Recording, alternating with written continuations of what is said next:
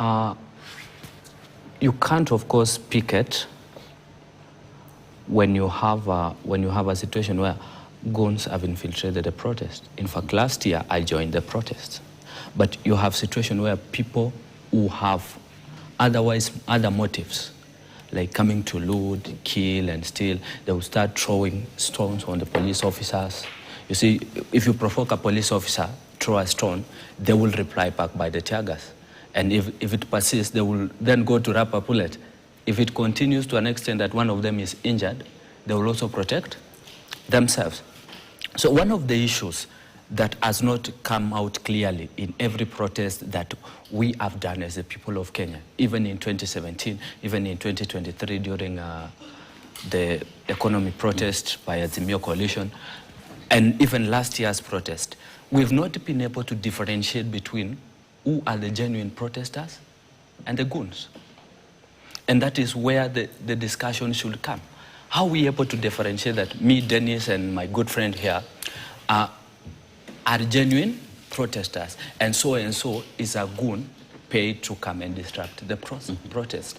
Because I am sure the people who wanted to present petitions in Parliament last year were genuine protesters, genuine young people calling for the withdrawal of the finance bill.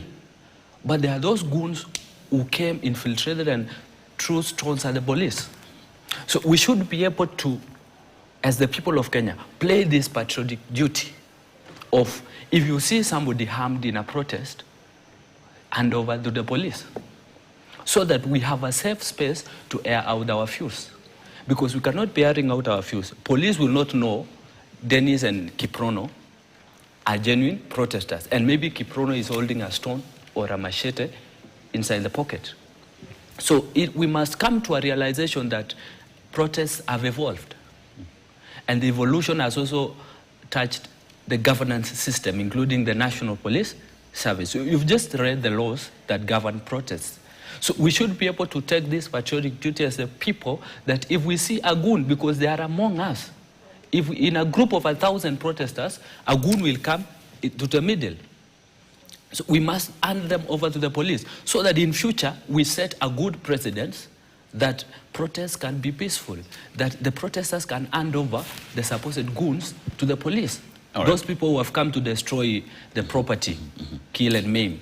All right. Titezi, as Kipruto speaks of Kiprono, as Kiprono speaks of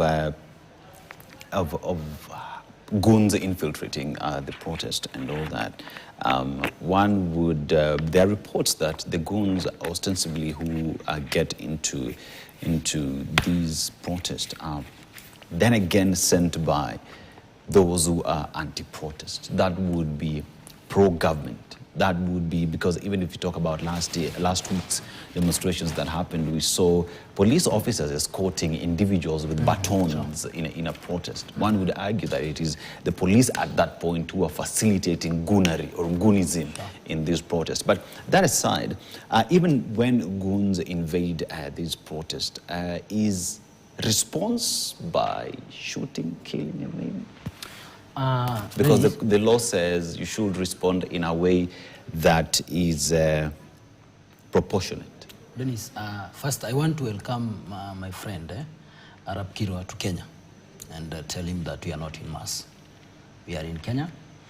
And one, you cannot continue blaming and say that we as peaceful Protestants, like myself, that we should look at who is armed and report them to the police, whereas they are brought by the police.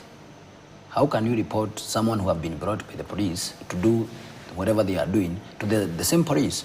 That would be like a waste of time, because you will just be doing one thing at the same time while you are doing nothing. The other thing, we are here. The cameras are here. It's live.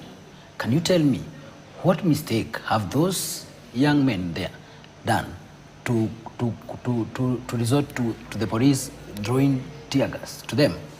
What can you say if Arab Kira is here? He can tell us what mistake have they done? Are there goons there that were supposed to be suppressed with tear gas? Secondary, even if it would get to that case, because the Constitution provides what measures should be taken. I have watched I have been in the protests from last year, and I can tell you that the police are the one who provoke the young people. One, and you have seen it yourself, they start by throwing tear gas, where you are just armed. The only thing we are armed with, and it's just a little thing, it's just my phone and my flag.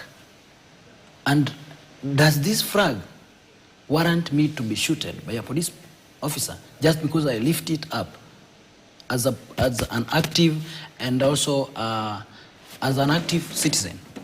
That's where the question lies. And I feel that the police officers do not really come to offer security or facilitate the protestants. They come to suppress. They are there with the government to ensure that we don't raise our voices. The government does not hear, and to add this salt on a wound, the government that has never had us, and to be specific, the president. And I want to just take you back for a minute. Whatever we are protesting against was the finance bill, plus we wanted an overhaul of all the cabinets. All right, just hold that thought. I want us to go to Nakuru.